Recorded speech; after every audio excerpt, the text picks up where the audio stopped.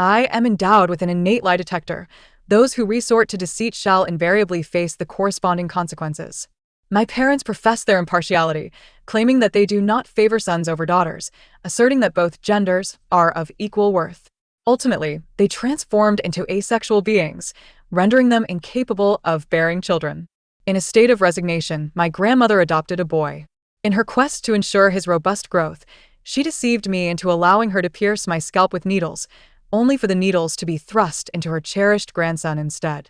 Upon reaching adulthood, my boyfriend proposed to me, vowing to love me for eternity, else he would be struck down by lightning. Ultimately, he indeed met his demise at the hands of a thunderbolt. My unique ability caught the attention of a wealthy young lady who commissioned me to assess her boyfriend's fidelity, offering a sum of 3 million. Swiftly, I gained notoriety within the circles of the affluent, with many seeking my services. As I gazed at the lengthy numbers in my bank account, I felt an unprecedented yearning for the existence of more lies in this world. Chapter 1. After graduating from high school, just as I received my acceptance letter, my boyfriend knelt before me, proposing with a ring of cheap plastic. The onlookers erupted in a chorus of encouragement. Say yes. Say yes. I gazed at the paltry token in his hand, my tone measured. Do you truly love me? He nodded eagerly. Yes, I love you. He raised 3 fingers in a solemn vow. I swear, I will love you for a lifetime, or else I will be struck by lightning. I believed him, a tender smile gracing my lips. Yet, in the next instant, the familiar tone of deceit echoed in my ears. The sound, all too recognizable, caused my smile to falter. Suddenly, dark clouds gathered, and thunder rumbled ominously. My boyfriend looked up, bewildered, as the crowd murmured, "It looks like rain." Then, I watched helplessly as lightning struck him. He remained in position, his body charred. His widened eyes glazed. The plastic ring was scorched black, rolling from his palm like his insincere heart, shattered into smithereens. A dead man. Disappointment flickered in my eyes as I turned away, ignoring the cries and shouts behind me. I lay in my rented room for 2 days, preparing to cook instant noodles when a knock resounded at the door. Upon opening it, I was taken aback to find the renowned heiress, Wen-Chi, standing there. She gestured to her 2 bodyguards, who promptly invaded my space. I was forcefully pressed onto the sofa, staring at her in disbelief. Your boyfriend is dead, isn't? My expression shifted slightly. Such a direct inquiry felt rather impolite.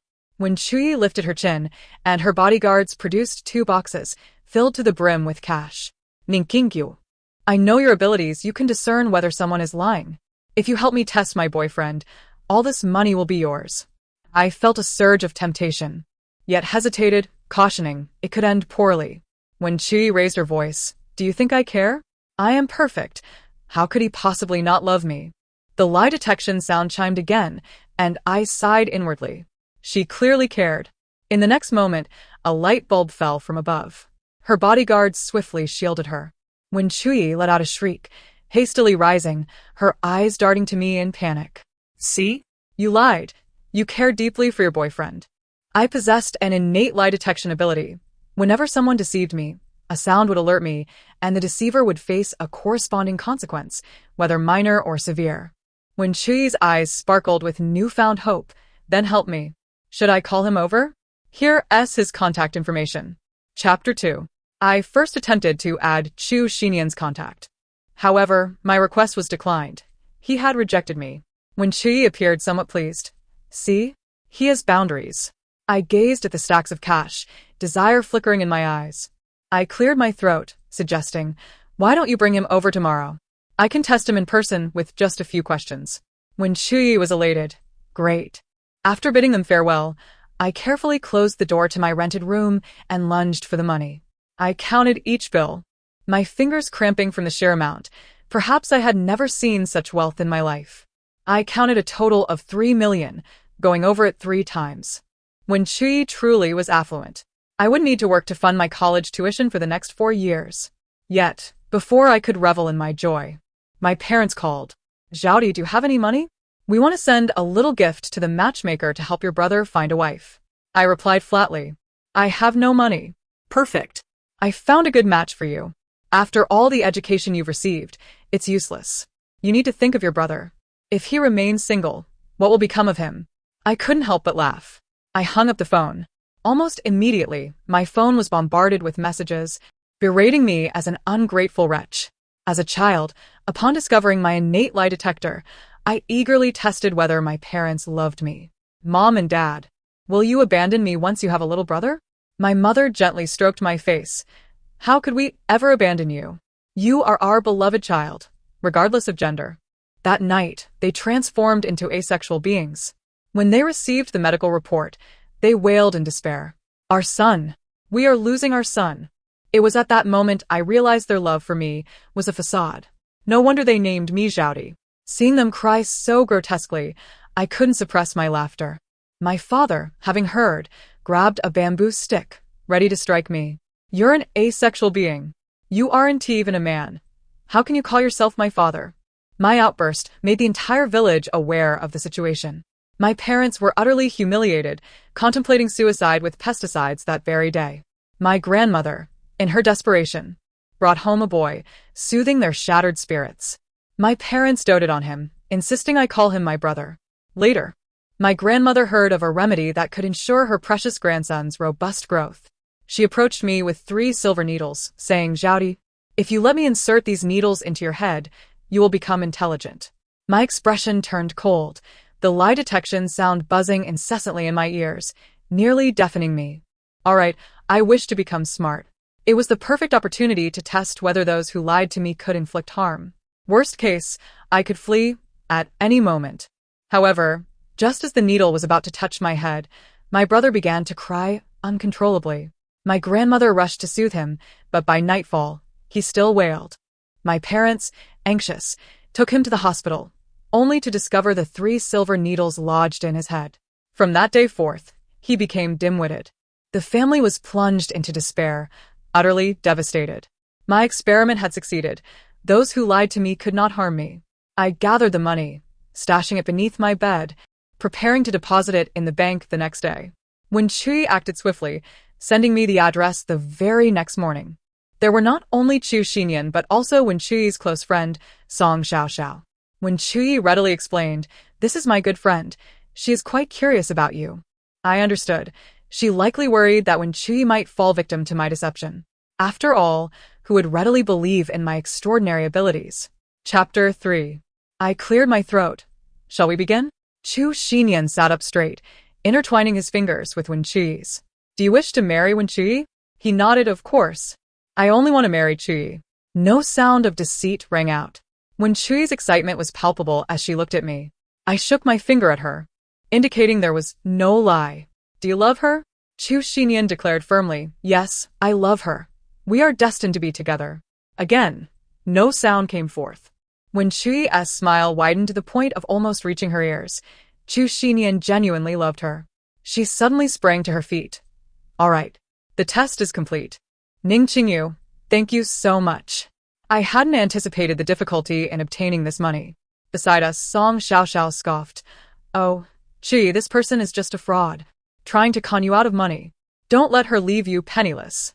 No way. I've already sent someone to observe Qingyu.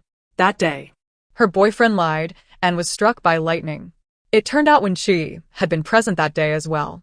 Song Xiaoxiao shrugged in disbelief. Fine. I'm off to get my nails done. Had I known it would be this dull, I wouldn't have come. Suddenly, I interjected, you're lying. You won't be getting your nails done today. Song Xiaoxiao reacted vehemently. What are you talking about? In the next moment, the coffee cup before us exploded, sending splatters everywhere. Chu Xinyan instinctively released Wen Chui's hand, shielding Song Xiaoxiao. The atmosphere grew tense. This was clearly an instinctive reaction from Chu Xinyan. I immediately realized this was it. Why did you shield Song Xiaoxiao? Chu Xinyan inquired, his tone slightly flustered, instinctively glancing at Wen Chui. Because she is a friend of Chui. How could I possibly stand by and watch her get hurt? The sound of the polygraph signal rang out.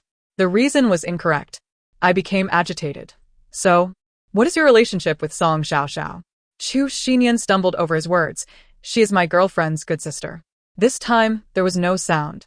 I clarified. I am asking about your relationship with Song Xiaoxiao, not Miss Wen.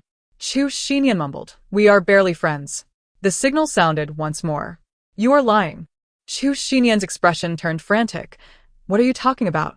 He abruptly glanced at Wen Chuyi and, upon seeing the suspicion in her eyes, became even more flustered. Chuyi, she is just a swindler. Don't believe her. Song Xiaoxiao and I are merely friends. Song Xiaoxiao quickly added, yes, she must be lying. Wen Chuyi fixed her gaze on him, questioning, what were you doing that Saturday night? Why do you smell of women's perfume? It turned out that Wen Chuyi's suspicions had a basis. I repeated my question. Sweat trickled down Chu Xinyan's forehead. He dryly replied, I was studying. Chuyi knows. Another lie. I turned to Song Xiaoxiao and asked with a smile, and you? What were you doing? Song Xiaoxiao nervously clutched her sleeves, not believing I could discern who was lying. Summoning her courage, she said, I was getting my nails done. I change my nails every Saturday. It's a habit I've always had. While it was true that Song Xiaoxiao had a habit of changing her nails weekly, that night she had done more than just that. I looked at Wen Chuyi and said, they are both lying. Impossible. I have classmates who can vouch for me. Soon his classmate arrived.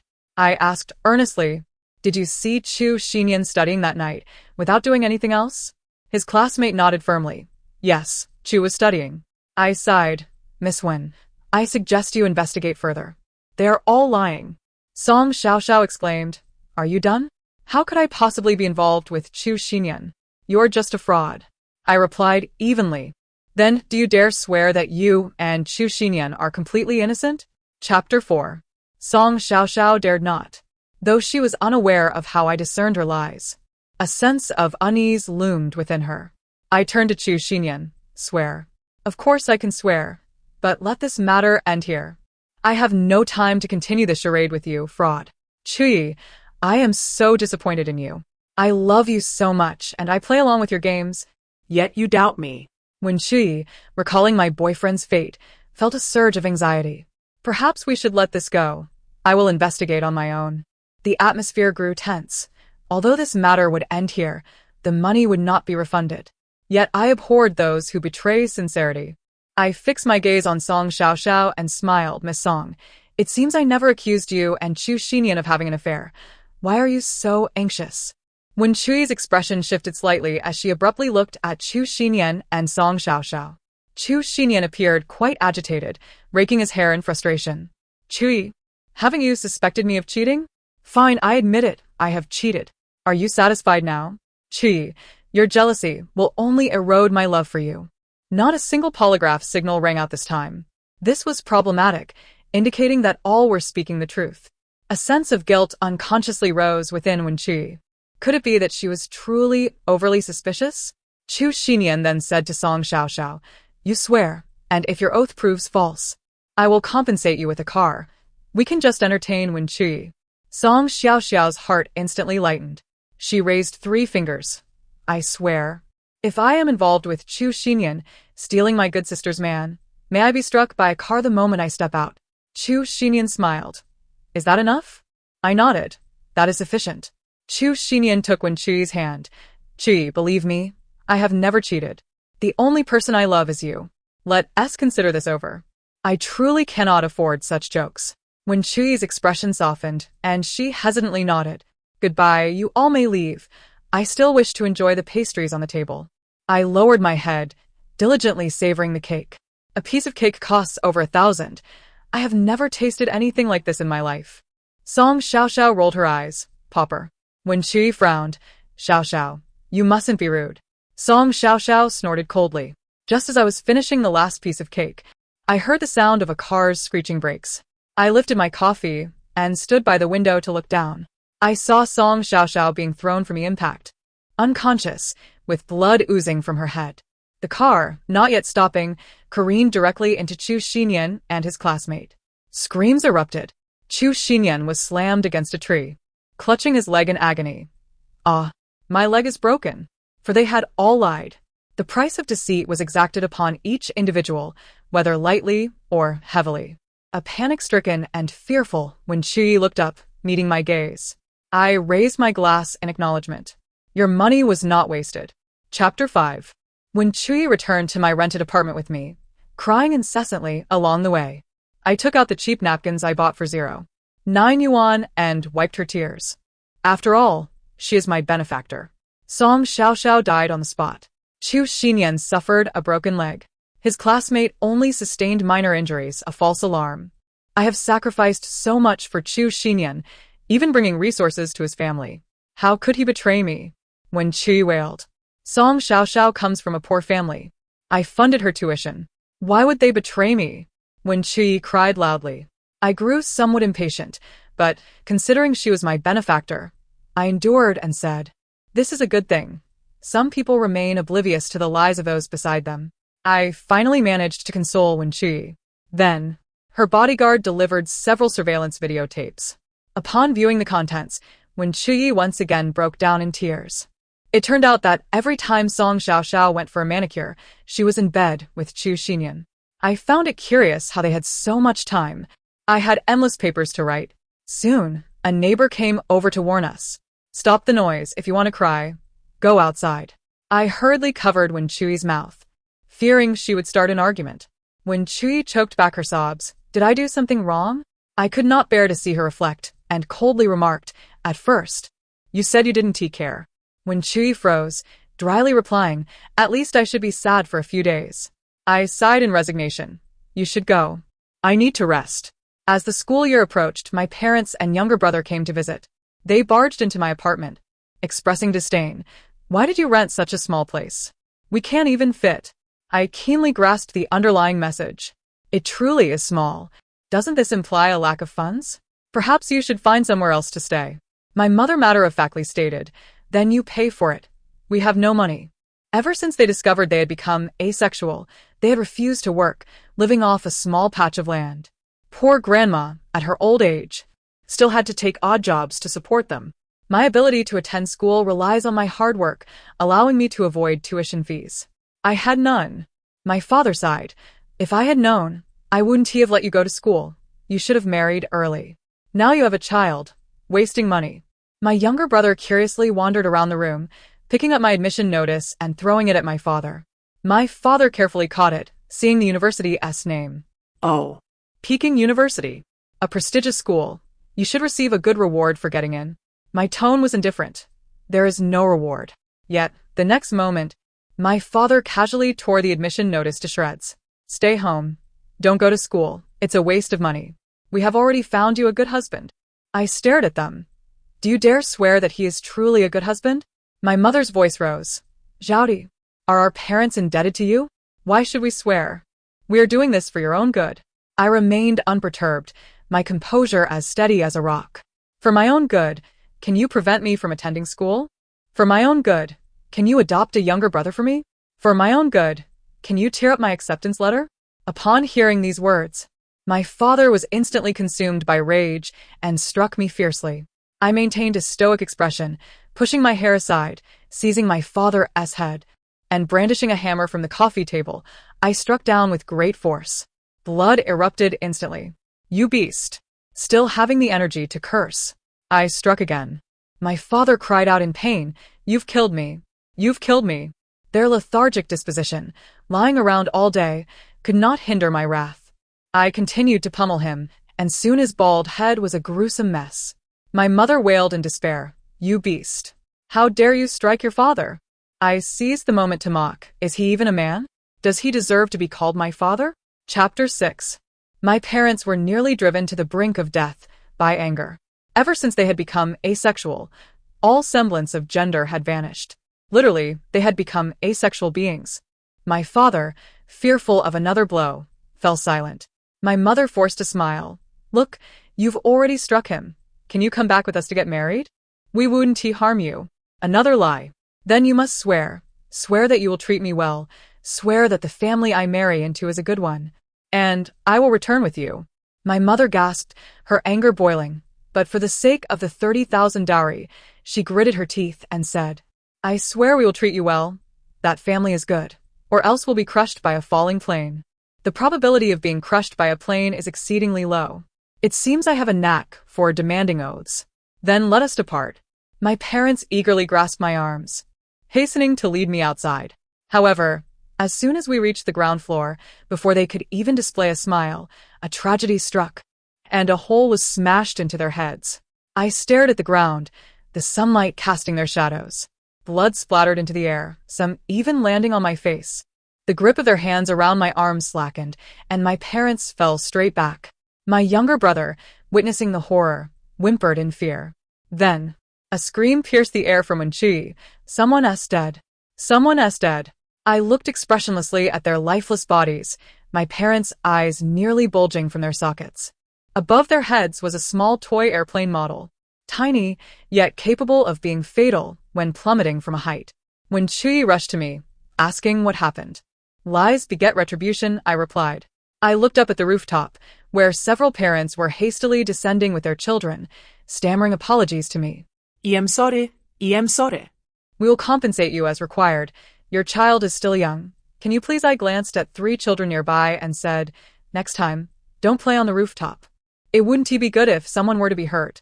Thankfully, it was my parents who had met their demise. I signed a letter of understanding for them. Yet their consciences weighed heavily, and they scraped together 800,000 for me. Wenqi was left dumbfounded by my actions. Those were your real parents, I replied calmly. They were going to sell me for a dowry. Wenqi fell silent, only to ask after a moment, what is a dowry? Truly a sheltered young lady unaware of worldly woes. I arranged for a vehicle to transport them all back to our hometown. My grandmother cried out in grief upon seeing their bodies. I left the entire 800,000 with her, after all. She still needed to care for my mentally disabled cousin. From that moment on, this family had no ties to me. After all the chaos, Wenqi finally revealed her purpose for seeking me out. My aunt would like your assistance. I frowned. Is this another test of men? Wenqi shook her head. No. My aunt doesn't care about a man's sincerity. She has no idea how many male lovers she has taken in. The price? Wenqi held up a finger. 10 million. My heart raced at the prospect. I climbed into Wenqi's car, heading to her aunt's villa. At that moment, her aunt was engaged with a man. Wenqi smiled awkwardly. That's just how my aunt is. We waited for a while until her aunt concluded. She waved dismissively to the man, who obediently dressed and departed. Her aunt had a voluptuous figure. She casually draped a garment over herself and turned to look at me. She was quite striking, albeit her face was somewhat rough. I felt nervous. I'm straight. Chapter 7. Her aunt chuckled, gesturing for Wenqi to leave the room. I've heard you can discern when someone is lying. I nodded, indeed. From now on, stay by my side, and I will pay you 10 million each month. Internally, I was taken aback, yet I maintained a composed demeanor. What exactly will I be doing? Accompanying me in negotiations. Understood. From then on, I accompanied her aunt daily, engaging in business discussions. Many began to recognize me, assuming I was well-connected. Those in the know sought to recruit me with generous offers. The ability to detect lies naturally gave me an edge in the business world. My wealth increased steadily as I juggled between school and work, occasionally taking on minor contracts. To facilitate my schedule, Wenqi established a studio for me, funding it herself, to secure my commitment to her aunt. Of course, the majority of the minor contracts I handled were related to emotional issues. In truth, I found it perplexing why they were so fixated on love. No one would love another for a lifetime. One day, the campus belle from Jing University approached me, her expression troubled as she handed me 100,000. This is the most I can offer. Please help me. What do you need? The belle struggled to voice her request, her words barely a whisper. Can you ask my stepfather if he truly cares for me? I paused to bring him here, and I can inquire. Days later, the belle indeed brought her stepfather. The two maintained a distant demeanor, her gaze toward him laden with anguish, as if ensnared in sorrow. I, adhering to my professional decorum, revealed no personal emotions. I asked directly, do you love her? The stepfather replied, no. No lies detected. The belle panicked, tears welling in her eyes. All right, mission accomplished. The stepfather explained, after her mother passed, I took care of her out of obligation. She relies on me. Once she is of age, I will no longer be responsible for her. The belle stood up in agitation. Chu Junshan, I refuse to believe you don't love me. I held my head in frustration, but just then, the door to my studio swung open. To my astonishment, I beheld Chu Xinyan, donning prosthetics. Uncle, what are you doing here? Upon seeing me, his eyes burned with hatred. The stepfather sighed. Just playing with the child. The bell continued to sob, trembling all over. Chu Xinyan appeared anxious. You didn't make any oaths, did you? The stepfather, puzzled, replied, no. Why are you here? Chu Xinyan sighed in relief. I need to speak with Miss Ning. The stepfather shrugged. Looks like Miss Ning is quite popular. He then took the bell and left. Chu Xinyan plopped down in front of me. You deceiver. You ruined my life and caused Song Xiaoxiao's death. I responded flatly. You were the one who lied. Chu Xinyan pointed at me. I won't let this go. That day, my studio was vandalized. News of my scandal erupted online. 2 elderly women and a middle-aged man appeared before the media, lamenting how I had defrauded them of 30,000 in dowry. Soon after, many others emerged, some former clients, accusing me of fraud and profiting from my ability to discern lies. Many who were unaware of the situation did not believe me, assuming I was a swindler. The police took me away. I calmly informed the officers, I haven't deceived anyone, nor have I engaged in fraudulent marriage. Chapter 8. You claim you haven't deceived anyone. How are you any different from a pyramid scheme? The difference is vast. I can identify lies. Yet, those who do not believe will never trust me. I contacted Wen Qi, and soon she sent someone to extricate me from this predicament. However, without clarification, my reputation remains tarnished. As I traverse the school grounds, I am met with scornful jeers. I remain unfazed, secretly gathering evidence with Wen Qi. All of this is orchestrated by Chu Xinyan. The individuals who accuse me of marriage fraud are indeed those my parents selected as my in-laws. They took the bride price without my consent. I reached out to them, hoping to ascertain the situation, ideally to receive an explanation that would absolve me of the unfair burden. The only one who showed up was Zhang Daong. Upon seeing me, he lunged forward, his hands attempting to caress my face. With a grin revealing his crooked yellow teeth, he exclaimed, so tender. I've never been with a female university student before. I evaded his grasp, fixing him with a cold glare. How much did Chu Xinyan pay you? Not much, just 500,000. Excellent. You profited 50,000 by slandering me. Now help me clarify that I never took your bride price, nor did I engage in marriage fraud. Zhang Daong's expression shifted. Are you toying with me? You will come home with me to bear children. Women are meant to be pleasured by me. Do not bring the vile habits you've learned outside back home. I managed a resigned smile. I had no intention of confronting them. Zhang Daong, do you believe in retribution? He paused, then scoffed. You are merely spreading deceit. I know you've earned quite a bit through your scams. From now on, I will ensure you cannot keep your money. As no woman can. Zhang Daong glanced around, realizing there were few witnesses. He smirked. Wife, let me enjoy you first, then we'll return home. I was forcibly pushed to the ground by Zhang Daong. Gazing at his grotesque visage, I inquired, will you treat me well in the future? He casually replied, of course. But let me have my pleasure first. I've yet to be with a university student. The lie took effect, and a notification echoed in my ears. I turned away, revealing a smile. A shriek erupted from the sprawled Zhang Daong, who frantically clutched his lower half, collapsing to the ground. I sat up, crossing my legs as I looked at him, witnessing the blood pooling from his lower body. Ah! Help! Zhang Daong struggled to rise, intent on reaching a hospital. His male anatomy fell from his pant leg. It was truly grotesque. I stood, regarding the despairing Zhang Daong with icy indifference. His eyes were bloodshot, hands clenching his precious manhood. Ning Zhaodi, what have you done to me? What have you done? I replied cheerfully, I did not commit fraud. I can discern the truth behind lies. They will face the appropriate consequences for their deceit. Clearly, Zhang Daong's lies were substantial. I suspected he would not only mistreat me, but would also abuse me. Hence, the very thing he cherished was severed. Chapter 9. I picked up my bag and turned to leave. This path was fruitless, and I decided to have Wen Qi unveil all that Chu Xinyan had orchestrated against me. All the individuals he hired to tarnish my name. Public opinion swiftly reversed, yet my reputation as a fraudster could not be entirely exonerated. Many remained skeptical of my ability to see through lies. If such a gift existed, the world would indeed descend into chaos.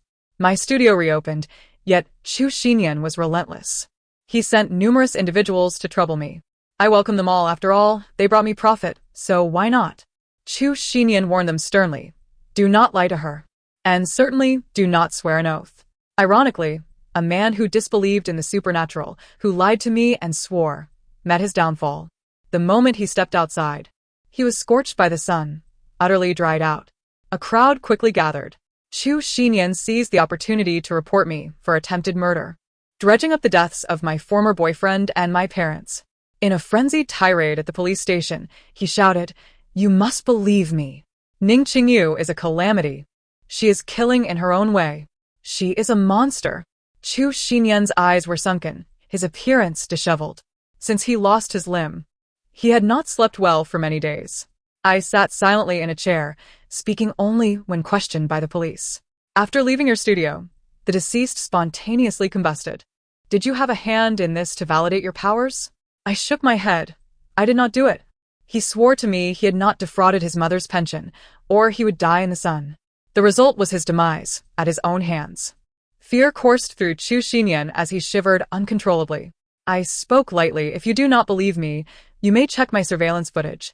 Every moment of my work is recorded, beyond reproach." I raised my gaze to Chu Xinyan. "Do not provoke me again. I have no time to waste on you. My sole intention is to earn money, nothing more." Chu Xinyan trembled, uncertain whether from rage or fear. "Ning Qingyu, have you placed a curse on me?" Since encountering me, his life had spiraled downward. First, he lost his leg, then his parents' trust, severing his ties to power. The Chu family does not lack for sons. I am not so sinister. Only those with sincerity thrive. Wen Chui arrived late with her aunt. "Qingyu, are you all right?" Upon seeing Wen Chui, tears streamed down Chu Xinyan's face. "Wen Chui, why are you still associating with this evil spirit? She will inevitably bring you harm. It is impossible to live in a world devoid of lies. One cannot escape deceit forever. Are you not afraid? Not afraid of retribution befalling you?"